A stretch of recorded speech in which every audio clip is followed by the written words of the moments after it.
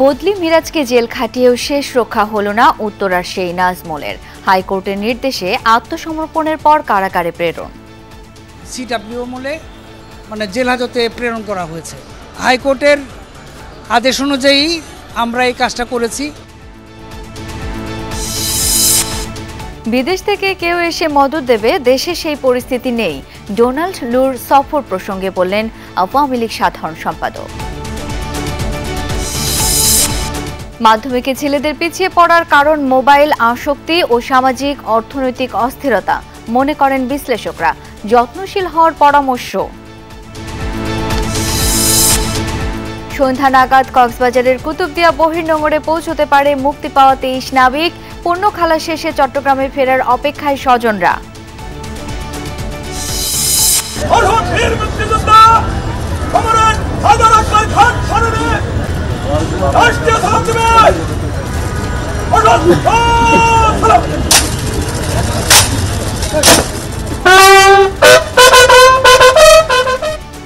প্রবীণ রাজনীতিক হায়দার আকবর খান রনকে guard of honour.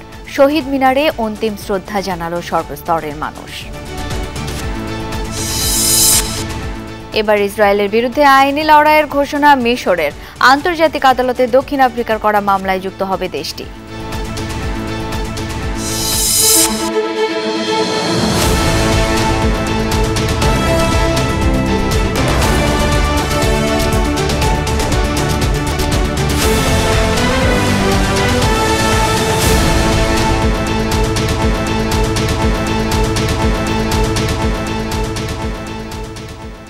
আমন্ত্রণ দুপুরের বাংলাদেশে, আপনাদের সাথে আছি আমি শাওন দত্ত। এতক্ষণ শিরোনামগুলো দেখছিলেন, এবার বিস্তারিত।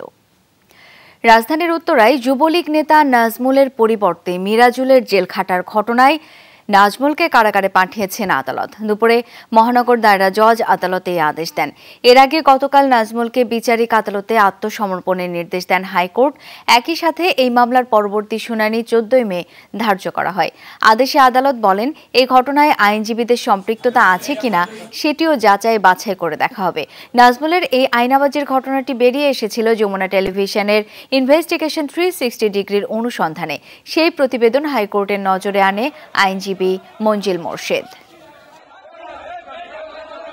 আজকে অষ্টম অতিরিক্ত মহানগর দায়রা জজ অর্থাৎ আমার কোর্টে ওই আসামি সারেন্ডার করেছে এবং তাকে সিডব্লিউ মূলে জেল হাজতে প্রেরণ করা হয়েছে।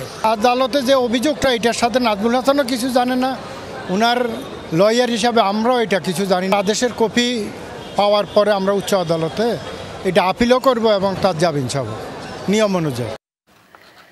দর্শক, এই বিষয়ে আরো জানবো। এই মুহূর্তে আদালত প্রাঙ্গণ থেকে যুক্ত হচ্ছেন সহকর্মী রিয়াজ রায়হান। রিয়াজ, যুবলীগ নেতা নাজমুল এখন কোথায়? আগামীকালই তো তার মামলা শুনানি রয়েছে, সেখানে আসলে কোন বিষয়গুলো উঠে আসবে বলে জানিয়েছেন আইনজীবীরা?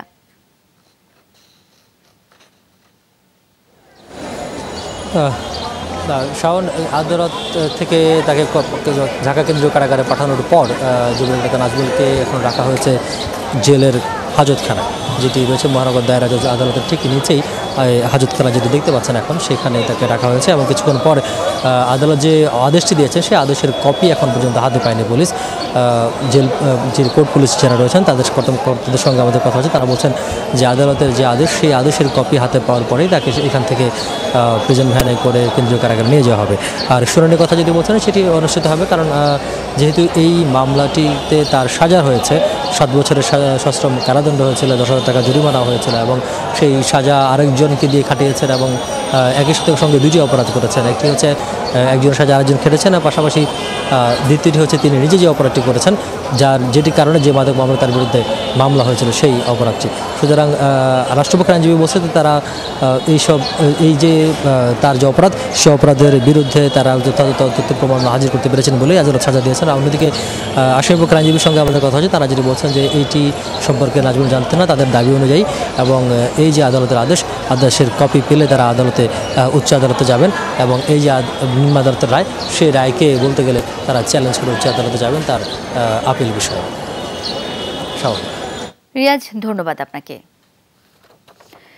নির্বাচনের আগে বাংলাদেশের রাজনীতিতে বেশ আলোচিত ছিল ডোনাল্ড লুর নাম। দেশের নির্বাচন ও টালমাটাল রাজনৈতিক পরিস্থিতিতে সরব ছিলেন মার্কিন যুক্তরাষ্ট্রের দক্ষিণ এশিয়া বিষয়ক সহকারী পররাষ্ট্রমন্ত্রী।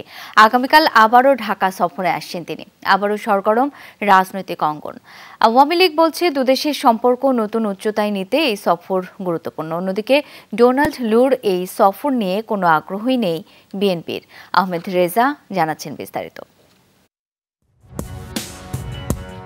যুক্তরাষ্ট্রের দক্ষিণ ও মধ্য এশিয়া বিষয়ক সহকারী পররাষ্ট্রমন্ত্রী ডোনাল্ড লু আগামীকাল 2 দিনের সফরে ঢাকায় আসছেন। 7 জানুয়ারির নির্বাচনের পর মার্কিন পররাষ্ট্র দপ্তরের উচ্চ পর্যায়ের কোনো কর্মকর্তার প্রথম সফর এটি।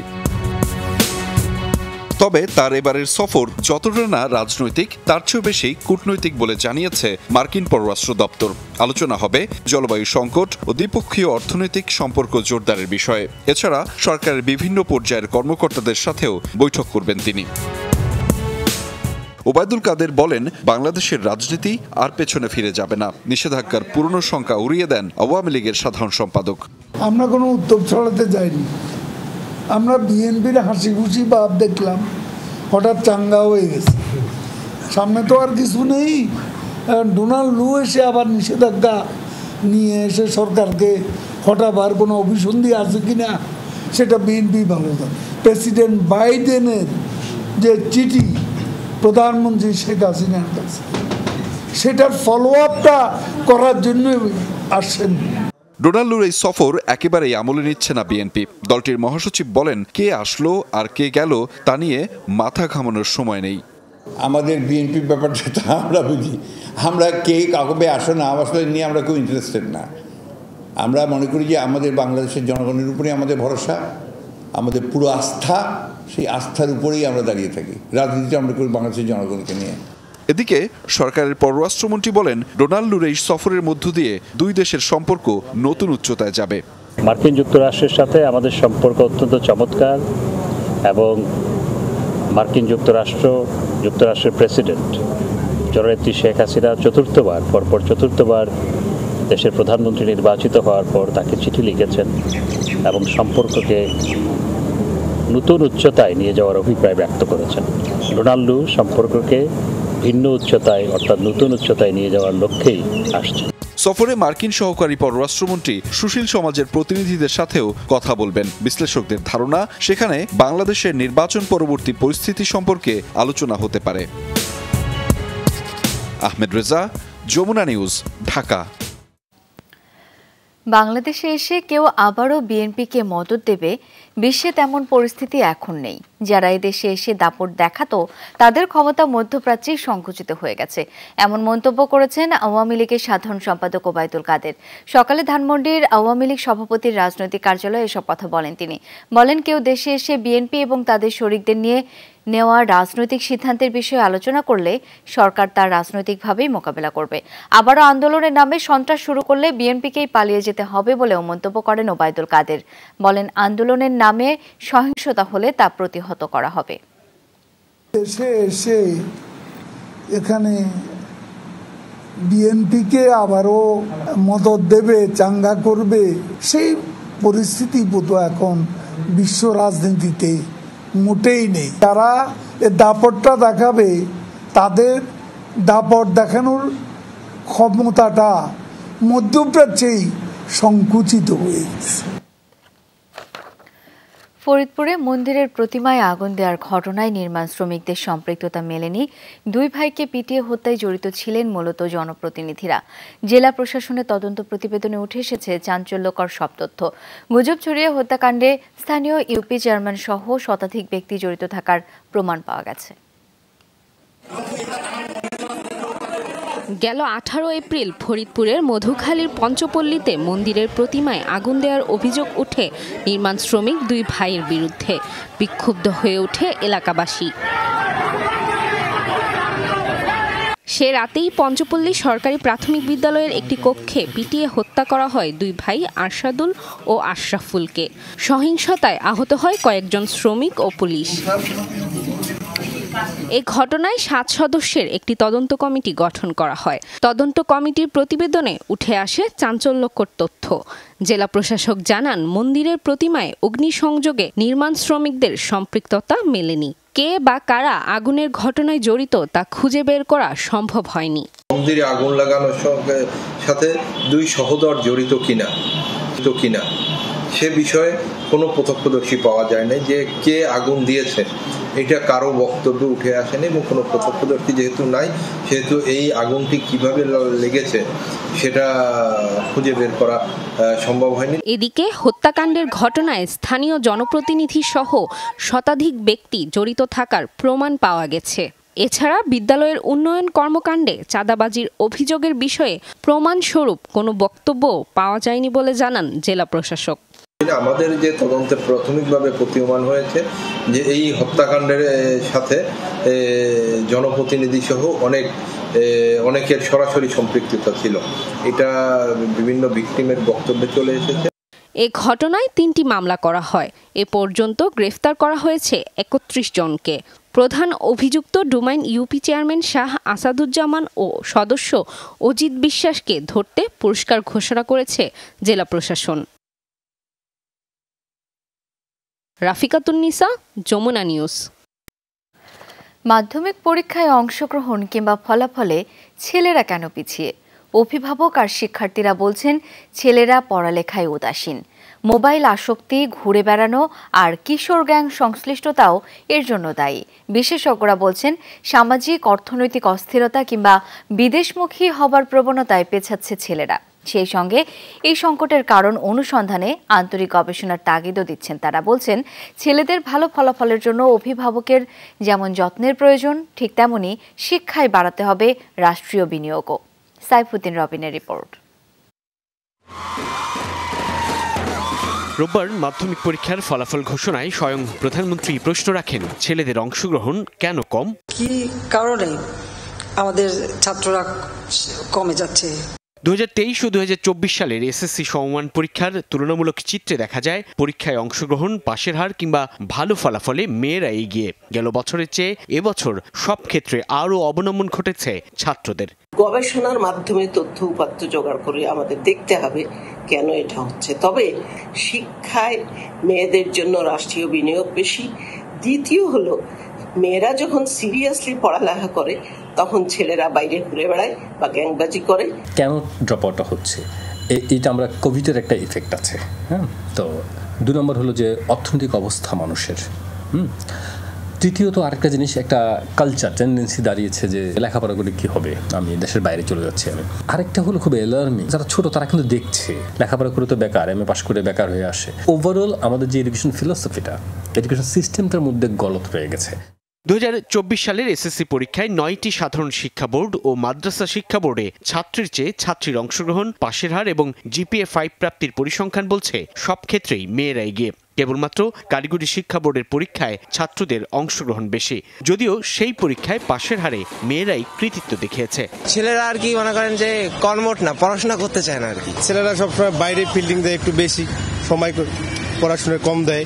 9 এর পর থেকে বাচ্চাদের বিশেষ করে ছেলেদেরকে আমরা খুব একটা ধরে রাখতে পারি না। ছেলেরা ততটা প্র্যাকটিসটা একটু কম করে আর কি। কিশোরদের এই যে অপরাধ প্রবণতা, এটা কিন্তু দিনের পর দিন কিন্তু বৃদ্ধি পাচ্ছে। বয়ঃসন্ধিকাল, অ্যাডোলেসেন্স পিরিয়ড, এই ছেলেরা একটু মোবাইলের প্রতি একটু আসক্ত থাকে। Cellphone and other phone, this is one of the main reason.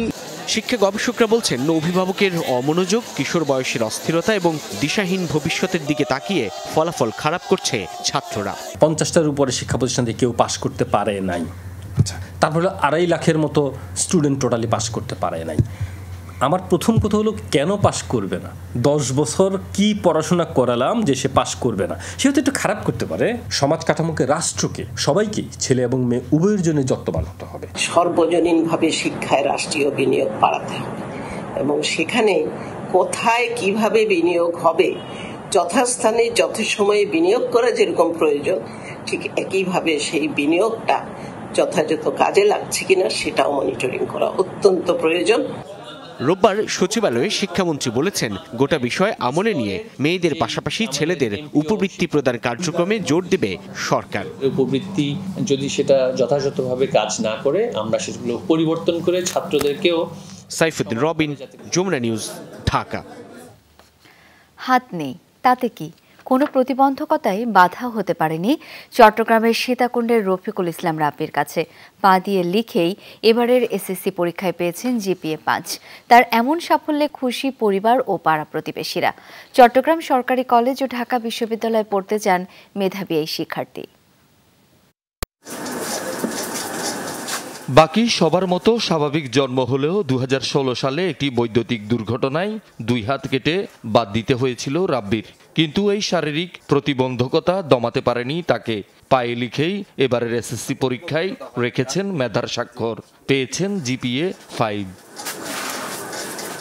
রাব্বির বাড়ি চট্টগ্রামের সীতাকুণ্ড উপজেলার পূর্ব ভাটিয়ারি 4 নম্বর ওয়ার্ডে। বাবা বজলুর রহমান একজন দিনমজুর এবং মা রোজি আক্তার গৃহিণী। ভবিষ্যতে বিশ্ববিদ্যালয়ের শিক্ষক হওয়ার ইচ্ছে তার। নিজের পরিশ্রমের কারণে আজকে এতটুকু আসছি আল্লাহর রহমতে, এবং সামনে আরো বহুদূর যেতে হবে। স্বপ্নের কোনো এক বিশ্ববিদ্যালয়, চট্টগ্রাম বা ঢাকা বিশ্ববিদ্যালয়, এইসব বিশ্ববিদ্যালয়ে নিজেকে শিক্ষক হিসেবে দেখার একটি ইচ্ছা বা স্বপ্ন বলা যায়। তার এমন সাফল্যে খুশি বাবা মা, পাড়া প্রতিবেশী ও আত্মীয় স্বজন। ফলাফলের পর থেকে তাকে এক নজর দেখতে বাড়িতে ভিড় করছেন অনেকে, সাথে আনছেন মিষ্টি ও ফুল। লেখিও মানুষ পাস করতে পারে না, এই যে ঠ্যাঙ্গে লেগে পাস করছে, আমরা বহুত গর্ব, মানে বহুত খুশি। অ্যাক্সিডেন্ট হয়েছে কিন্তু ঠিক, কিন্তু মনটাকে কখনো ছোট করে নাই যে আমি করতে পারবো ইনশাল্লাহ। তাকে শুভেচ্ছা জানাতে চট্টগ্রাম জেলার সাবেক এমপি আলহাজ দারুল আলম মহোদয় শুভেচ্ছা জানাতে আমাকে পাঠাইছে এখানে মিষ্টি এবং ফুল নিয়ে। 2টা হাত না থাকার কারণে আজকে সে জিপিএ 5 পেয়েছে, আমরা গর্বিত। প্রতিবন্ধীরা সমাজ ও পরিবারের বোঝা নয় বলছেন রাব্বির বাবা। ছেলের স্বপ্ন বাস্তবায়নে সবার সহযোগিতা চান তিনি। আমার ছেলে দেখা দেখি প্রতিবন্ধী যাতে কেউ ঘরে না থাকুক, প্রতিবন্ধী ঘরে থাকলে অন্ধকার হয়ে থাকবে, যাতে স্কুলে লেখাপড়া করে ওর জীবনটা উন্নত করতে পারে, এটাই আমাদের আশা। রাব্বি ভাটিয়ারি হাজী তবারক আলী উচ্চ বিদ্যালয়ের বিজ্ঞান বিভাগ থেকে এসএসসি পরীক্ষায় অংশ নিয়েছিলেন। শহীদুল সুমন, যমুনা নিউজ, চট্টগ্রাম। জগন্নাথ বিশ্ববিদ্যালয় থেকে বহিষ্কৃত শিক্ষার্থী তিথি সরকারকে 5 বছরের কারাদণ্ড দিয়েছেন আদালত। ধর্ম নিয়ে কটূক্তির অভিযোগে পল্টন থানায় ডিজিটাল নিরাপত্তা আইনে করা মামলায় তাকে এই সাজা দেওয়া হয়েছে। দুপুরে ঢাকার সাইবার ট্রাইব্যুনালের বিচারক AM জুলফিকার হায়াতের আদালত আসামির উপস্থিতিতে এই রায় ঘোষণা করেন। জানা যায়, ফেসবুকে ও বিভিন্ন সামাজিক যোগাযোগ মাধ্যমে দীর্ঘদিন ধরে ধর্ম নিয়ে বিরূপ মন্তব্য করে আসছিল তিথি সরকার। প্রতিবাদে জগন্নাথ বিশ্ববিদ্যালয়ের সব ছাত্র সংগঠন ও সাধারণ শিক্ষার্থীরা তিথি সরকারের বহিষ্কার দাবিতে মানববন্ধন ও প্রতিবাদ সমাবেশ করে। আন্দোলনের মুখে গত 23 অক্টোবর তাকে সাময়িক বহিষ্কার করে বিশ্ববিদ্যালয় প্রশাসন।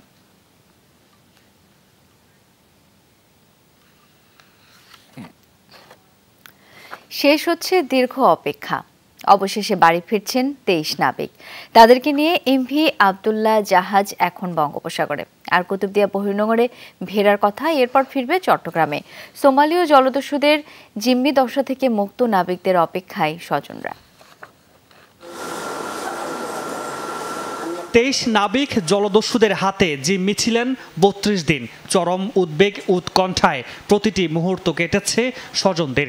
গত 1 মাস ধরে তারা অপেক্ষায় কখন ঘরে ফিরবে নাবিকরা। এটা তো এখনো মানে স্বপ্নের মতো লাগতেছে। ছেলেকে বলতেছি যে আর তো মন মানতেছে না, ছেলে বলে ধৈর্য ধরেন, আমরা আলহামদুলিল্লাহ সোমবার আসতেছি। অবশেষে অপেক্ষার অবসান হতে যাচ্ছে। 23 নাবিক নিয়ে MV আবদুল্লাহ জাহাজটি বাংলাদেশের জলসীমায় অর্থাৎ কক্সবাজারে কুতুবদিয়া বহির্নোঙরে ভিড়ার খবরে আনন্দ ছুঁয়ে গেছে প্রতিটি পরিবারে। সন্তানকে বুকে টেনে নেয়ার অপেক্ষায় মা। খবরটা যখন শুনলাম মুক্তি পেয়েছে তখন থেকে তো আনন্দের বন্যা বলছে। এখন থেকেও মানে মনে হচ্ছে আবার ঈদ আসতেছে, মানে ছেলে আসলে ছেলে আবার ঈদ সঙ্গে নিয়ে আসতেছে, এটা মনে হচ্ছে আমাদের। আবার ছেলেকে নিয়ে ঈদ হবে, বেড়াবো, ঘুরবো। জাহাজটি কুতুবদিয়ার পণ্য খালাস শেষে ফিরবে চট্টগ্রাম বন্দর বহির্নোঙরে। অন্য নাবিকদের পরিবারেও খুশির জোয়ার। সবাই তাদেরকে বরণের অপেক্ষায়। এতদিন কাটানো নির্ঘুম রাত, চরম আতঙ্কে কাটানো কষ্টের দিনগুলো ভুলে হাসি ফুটেছে স্বজনদের মুখে। আমার ছোট ভাইয়ের ওয়াইফ তখন আমাকে বলল মানে এরা রিলিজ পাইছে মানে জলদস্যু থেকে। আমরা তখন তো আশ্চর্য হয়ে গেছি, মানে বলাতে আমরা খুব খুশি। তারপর থেকে ভোর থেকে তার ঘুম হয়নি আর। গত 12 মার্চ 23 নাবিক সহ জাহাজটি সোমালীয় জলদস্যুদের কবলে পড়ে। 32 দিন পর 13 এপ্রিল মুক্তিপণ দিয়ে ছাড়া পেয়ে দুবাই হয়ে অবশেষে চট্টগ্রাম ফিরতে যাচ্ছে জাহাজটি। মামুনুর রশিদ অভি, যমুনা নিউজ, চট্টগ্রাম। প্রচার প্রচারণায় ব্যস্ত সময় পার করছেন দ্বিতীয় ধাপের উপজেলা পরিষদ নির্বাচনের প্রার্থীরা। সকাল থেকে গণসংযোগে ব্যস্ত সময় কাটাচ্ছেন প্রার্থীরা। কর্মী সমর্থকদের নিয়ে ছুটছেন নির্বাচনী এলাকার অলিগলিতে, যাচ্ছেন ভোটারদের দাঁড়ে দাঁড়ে দিচ্ছেন উন্নয়নের নানান প্রতিশ্রুতি। প্রচারণায় ব্যস্ত ভাইস চেয়ারম্যান প্রার্থীরাও। ভোটারদের মন জয়ের চেষ্টা চালাচ্ছেন তারাও। এদিকে ভোটাররা চাইছেন শান্তিপূর্ণ পরিবেশে ভোট। প্রার্থী হিসেবে যোগ্য জনবান্ধব কাউকেই বেছে নিতে চান তারা। আগামী 21 মে 161 উপজেলায় হবে ভোট গ্রহণ। এদিকে তৃতীয় ধাপে 112 উপজেলায় নির্বাচন অনুষ্ঠিত হবে আগামী 29 মে। প্রার্থীদের মাঝে প্রতীক বরাদ্দ আজ সকাল থেকে নির্বাচনী কার্যালয়ে প্রার্থী ও তাদের প্রতিনিধিরা উপস্থিত হয়। প্রতীক পেয়েই গণসংযোগে নেমে পড়েন অনেকে। জানান আগামী কদিন নির্বাচনী এলাকায় প্রচারণা চালাবেন তারা। মার্ক্সবাদী রাজনীতিক হায়দার আকবর খান রণকে বিদায় জানানো হয়েছে শ্রদ্ধায় ভালোবাসায়। দেশের প্রায় সব রাজনৈতিক দলে নেতারা, শিক্ষক, লেখক, সাংস্কৃতিক ব্যক্তিরা ফুল দিয়ে শেষ বিদায় জানান তাকে। দুপুরে ঢাকা বিশ্ববিদ্যালয় কেন্দ্রীয় মসজিদে জানাজা শেষে দাফন হবে হায়দার আকবর খান রণর। হায়দার আকবর খান রণর স্বপ্ন ছিল শোষণহীন ও সাম্যের বাংলাদেশ। বাস্তবায়নে বেছে নিয়েছিলেন মার্ক্সবাদ। শেষ পর্যন্ত পৃথিবী ছেড়ে গেছেন মার্ক্সবাদ তত্ত্বের বিশ্বাস নিয়েই। শ্রদ্ধা জানাতে সকালে কেন্দ্রীয় শহীদ মিনারে আনা হয় হায়দার আকবর খান রণর মরদেহ। গার্ড অব অনার দিয়ে সম্মান জানানো হয় মুক্তিযুদ্ধের অন্যতম এই সংগঠককে। পরে শ্রদ্ধা জানায় সর্বস্তরের মানুষ। এসেছিলেন দেশের প্রায় সব রাজনৈতিক দলের নেতারাই।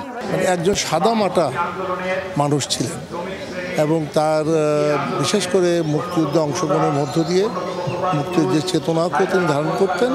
চলে যাওয়া নিঃসন্দেহে বাংলাদেশের রাজনীতিতে, আদর্শবাদী রাজনীতির ক্ষেত্রে একটা বিরাট শূন্যতা সৃষ্টি করে। প্রয়াত হায়দার আকবর খান রণর যে তার রাজনৈতিক দর্শন, তার যে চাওয়া এবং আমাদের যে কর্মকাণ্ড, এগুলোর মধ্যে সামঞ্জস্য আছে।